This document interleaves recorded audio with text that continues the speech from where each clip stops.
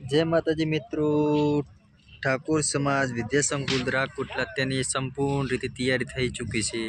તો કોઈ પણ મિત્રને ઓનલાઈન અથવા ઓફલાઈન કૂપન લેવી હોય તો તાત્કાલિક નોંધાવી લેવી। આજે જ કોન્ટેક્ટ કરો ગોવિંદ મડાલનો, તાત્કાલિક ટોકન નોંધાવો। તમે જોઈ શકો છો લાઈવમાં પૂરી તૈયારી થઈ ચૂકી છે।